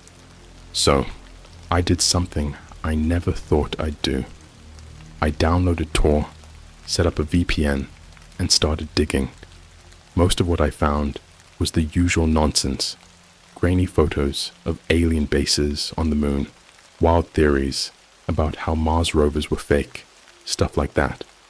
But after hours of searching, I stumbled onto a forum that caught my eye. It was called The Black Box, and its tagline was, "What they don't want you to know." The posts on the Black Box were mostly about aviation and spaceflight disasters, stuff like MH370 and Apollo 1. But buried in one thread, someone mentioned the exact mission I'd been investigating. They didn't give many details, just a cryptic sentence. Mission name redacted, wasn't just a disaster. One of them came back wrong. My stomach dropped. I created an anonymous account and replied to the post, asking what they meant. Within minutes, I got a private message. The user who sent it didn't have a profile picture or any post history. Their message was short, but it made my blood turn to ice. You shouldn't be looking into this. They always know when someone's digging. Before I could respond, they went offline. That night, I was too scared to sleep. I kept thinking about what the message meant. Who were they? NASA? The government? Someone else? And what did they mean by one of them came back wrong? I was still mulling it over when I heard the noise. It started as a faint tapping, almost imperceptible, like rain against a window. But it was coming from inside my apartment, specifically from my bedroom closet. I froze, my heart pounding. I told myself it was nothing, just a creak in the floorboards, maybe a draft. But as I sat there, holding my breath, the tapping grew louder, more insistent. I stared at the closet door, my mind racing. I wanted to get up, to open it, to prove to myself there was nothing there. But I couldn't move. The tapping stopped, and then, I swear to God, I heard it. A whisper, faint and distorted, but unmistakable. It's still here. I don't know how long I sat there, staring at my closet. It felt like hours, but it was probably just a few minutes. My brain was firing on all cylinders, trying to rationalize what I'd just heard. Maybe it was my imagination. Maybe I was overtired and stressed, and my mind was playing tricks on me. But the whisper had been so clear, not muffled, not vague. It sounded like someone was standing right behind that door. I didn't sleep that night. Hell, I didn't even stay in my apartment. I grabbed my keys, threw on some shoes, and bolted. I didn't even bother packing a bag. I just left. It was almost 3 a.m., and I drove aimlessly for a while, eventually parking in an all-night diner parking lot. I sat there until the sun came up, jumping at every shadow that moved across the windshield. When daylight finally broke, I convinced myself I'd overreacted. Sleep deprivation does weird things to your mind. That's all it was, right? I was digging too deep into this NASA thing, spooking myself with weird files and dark web nonsense. That's what I told myself. But I still didn't go back to my apartment. Not yet.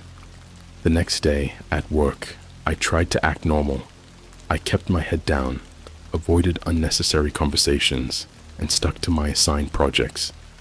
But in the back of my mind, I couldn't stop thinking about that drive. I knew I should have turned it over to my supervisor, but the thought of anyone else looking at those files, of anyone else knowing about that whisper, made my skin crawl. I needed answers, and I wasn't going to find them sitting at my desk. So, during my lunch break, I decided to dig a little deeper. This time, I wasn't searching random dark web forums. I needed something concrete, something verifiable. NASA keeps detailed public archives of its missions, including crew rosters, press releases, and declassified technical documents.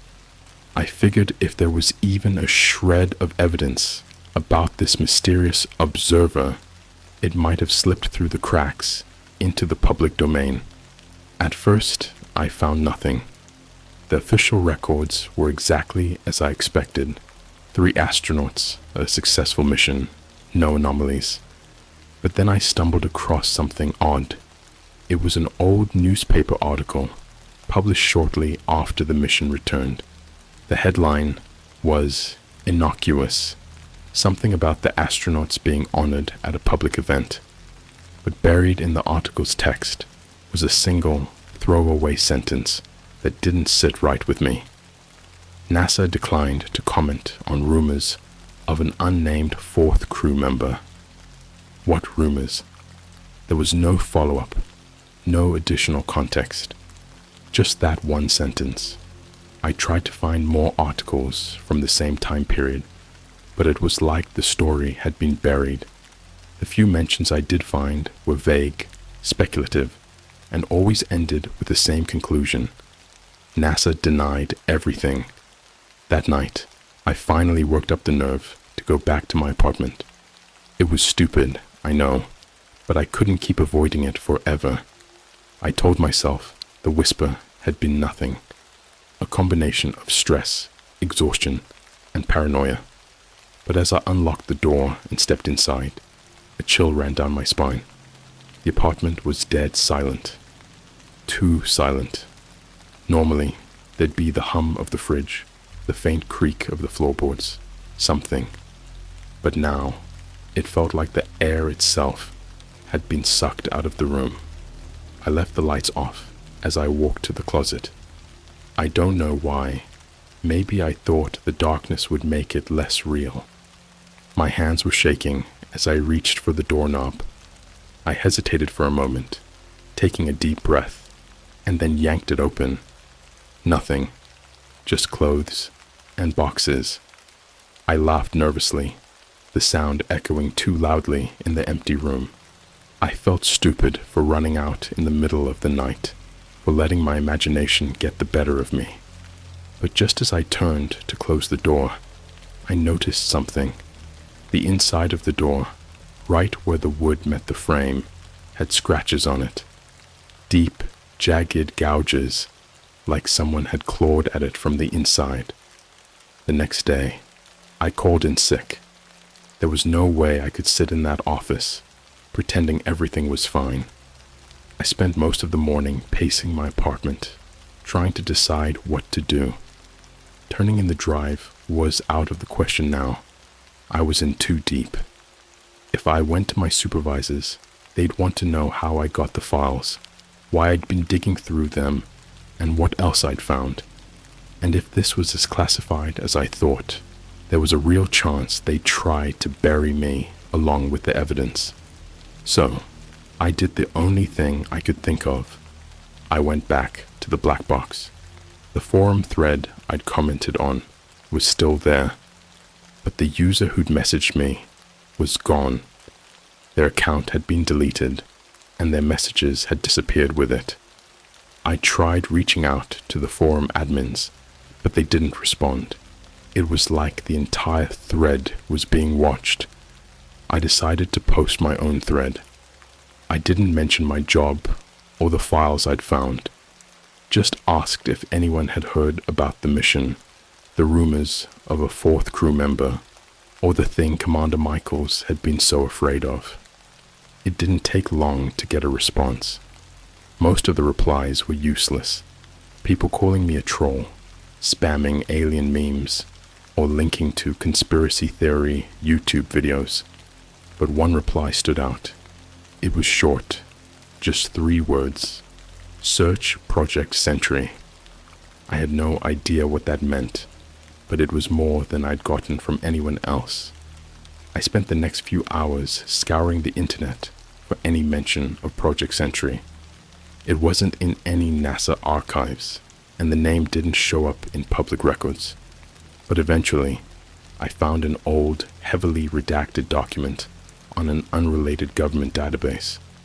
The document referenced a joint experiment between NASA and the Department of Defense. The goal, according to the text, was to study extraterrestrial observation protocols. Most of the details were blacked out, but one phrase stood out. Subjects must be monitored for post-mission contamination. Contamination. That word sent a chill through me.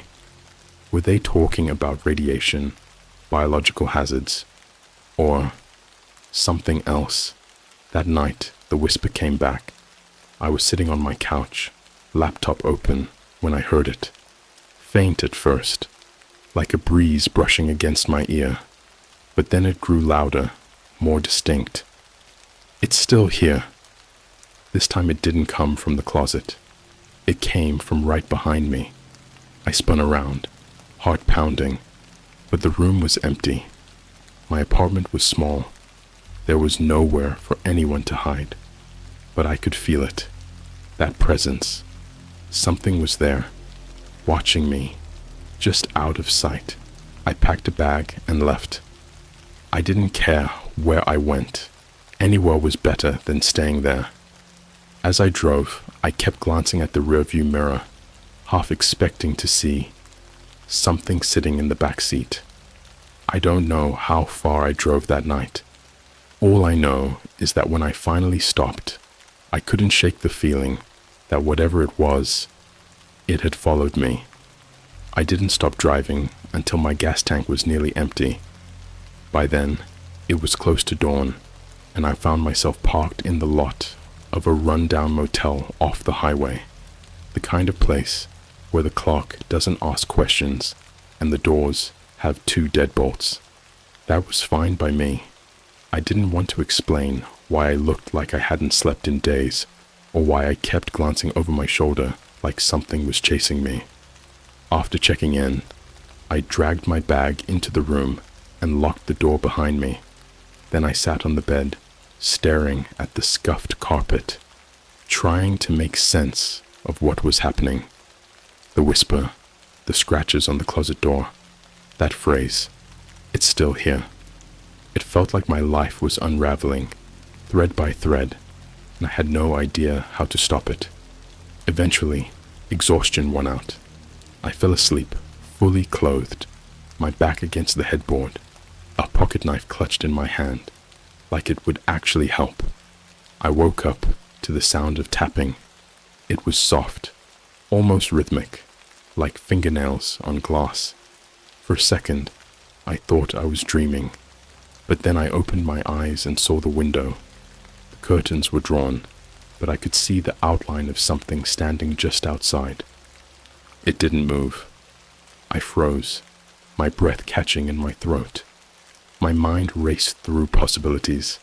Maybe it was a tree branch, or a trick of the light, but deep down, I knew that wasn't it. The figure was too tall, too solid. It was just standing there, waiting.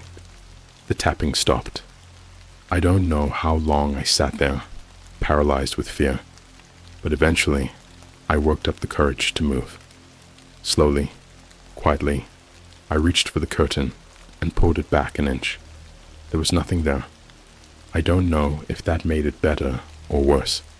I sat back down, my hands shaking, and tried to convince myself I was imagining things. But then I noticed something that made my stomach drop. There were smudges on the glass, long, thin streaks, like someone or something had been dragging their fingers across it. I didn't stay long in that motel. As soon as the sun came up, I checked out and got back on the road. I didn't have a destination in mind. I just needed to keep moving.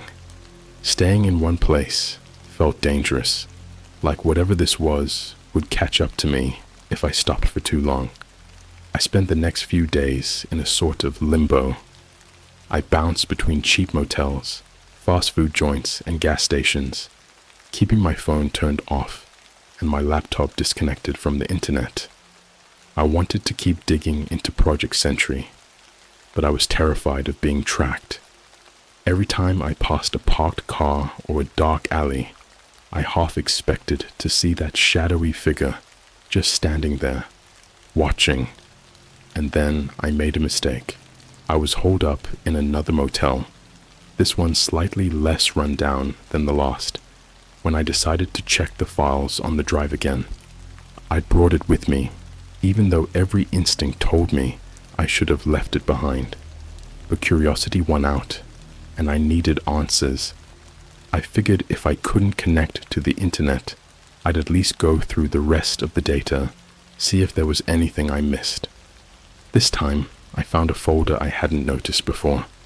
It was buried deep in the drive, hidden inside several layers of subfolders with meaningless names like Backup 03 and Temp Logs. The folder was called Echo. Inside were more video files, but these were different. They weren't the usual cabin footage or astronaut logs. They were darker. The first video started with a camera floating in zero gravity, its lens pointed at a corner of the spacecraft's cabin. At first, I thought the cabin was empty, but then I noticed something in the corner. It was faint, almost imperceptible, a distortion in the air, like heat waves rising off pavement. The camera drifted closer, and for a brief moment, I thought I saw eyes, black, lidless, and unblinking. The video cut out. The second video was even worse. This time, the camera was focused on Commander Michaels. He was strapped into his seat, staring straight ahead, his face pale and gaunt. He wasn't speaking, but his lips were moving, like he was whispering to himself. The audio was too faint to make out, but in the background, I could hear the tapping again, soft, insistent, and steady. Then, without warning, Michaels turned to face the camera. His eyes were wide, bloodshot, and filled with raw animal terror. He opened his mouth as if to scream, but no sound came out. The video ended there. I slammed my laptop shut, my heart pounding. I couldn't watch anymore. Whatever was on that spacecraft, whatever they'd brought back, it wasn't human. And now, somehow, it had followed me. That night, the whisper came back. This time, it wasn't a faint murmur in the distance. It was loud, clear, and impossibly close, like someone was standing right next to me. It's still here. I bolted upright, my eyes darting around the room. The lights were off, but I could just make out the shape of the furniture. Nothing seemed out of place, but the air felt heavy, oppressive. And then I saw it. A shadow. It was in the corner of the room, darker than the rest of the shadows, and it was moving. Slowly, deliberately, it stepped forward, its form shifting and rippling like smoke. My body refused to move, frozen in place as the shadow loomed closer. I don't know what I expected it to do. Attack me, whisper in my ear, but it didn't do either of those things. Instead, it stopped at the foot of the bed and just stood there, watching. I don't remember much after that. I think I blacked out, because the next thing I knew, it was morning, and the shadow was gone, but the fear hadn't left. If anything, it had gotten worse, because now I knew it wasn't just in my head.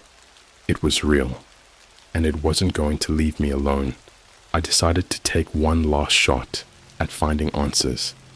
If I couldn't figure out what this thing was or how to stop it, I knew it was only a matter of time before it caught up to me.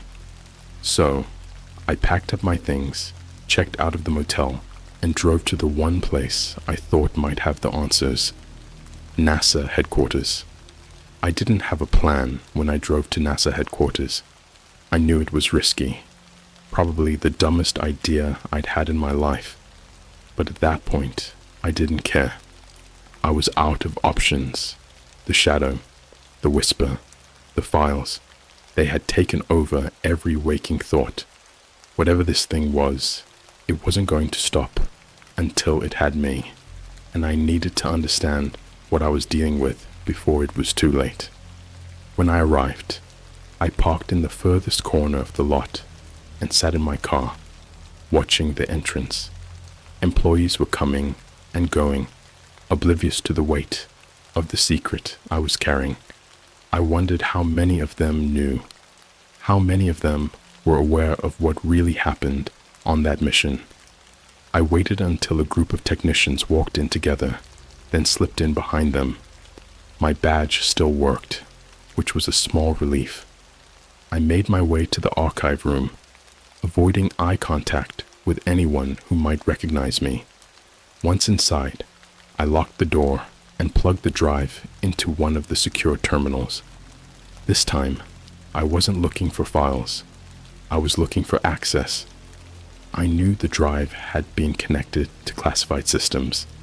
There had to be some kind of hidden link, some backdoor I could exploit. It took a while, but eventually I found it. An encrypted folder labeled Project Sentry Post-Mission Analysis. The folder contained only one file, A video. I hesitated before opening it. My hands hovered over the keyboard, my mind racing with everything I'd seen so far. Did I really want to do this? Did I really want to see what was in that file? Of course I did. That's why I was here. That's why I'd risked everything. I double-clicked the file.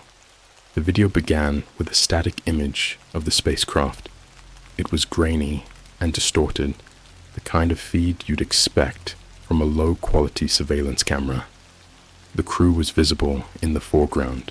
Commander Michaels, Lieutenant Harris, and Dr. LeMay. They looked exhausted, their movements sluggish and deliberate, like they were trying to conserve energy. But it wasn't the crew that caught my attention. It was the background. There, in the corner of the cabin, was the shadow. It wasn't faint or indistinct like before. It was clear, solid, and unmistakably humanoid. Its body rippled and shifted as though it was made of liquid smoke, and its eyes, those black, unblinking voids, were fixed on the crew. None of them seemed to notice it. The video continued, the atmosphere growing more oppressive with every passing second. At one point, Michaels glanced over his shoulder as though sensing something behind him, but when he turned back to the camera, his face was blank, expressionless. He muttered something under his breath, but the audio was too garbled to make out. Then the shadow moved. It didn't walk or float. It just glided. One moment it was in the corner, and the next it was standing directly behind Dr. LeMay. Its hand, or what I assumed was a hand, hovered inches from her head. For a split second, her body tensed, her eyes wide with terror. But before she could scream, the shadow sank into her. That's the only way I can describe it. It just melted into her body, disappearing completely. LeMay staggered forward, clutching her chest, and collapsed to the floor. The other two rushed to her side, shouting her name, but she didn't respond. The camera zoomed in on her face, and I saw it. Her eyes were black. The video cut to static, but it wasn't over. The screen flickered, and suddenly, I was looking at a different feed.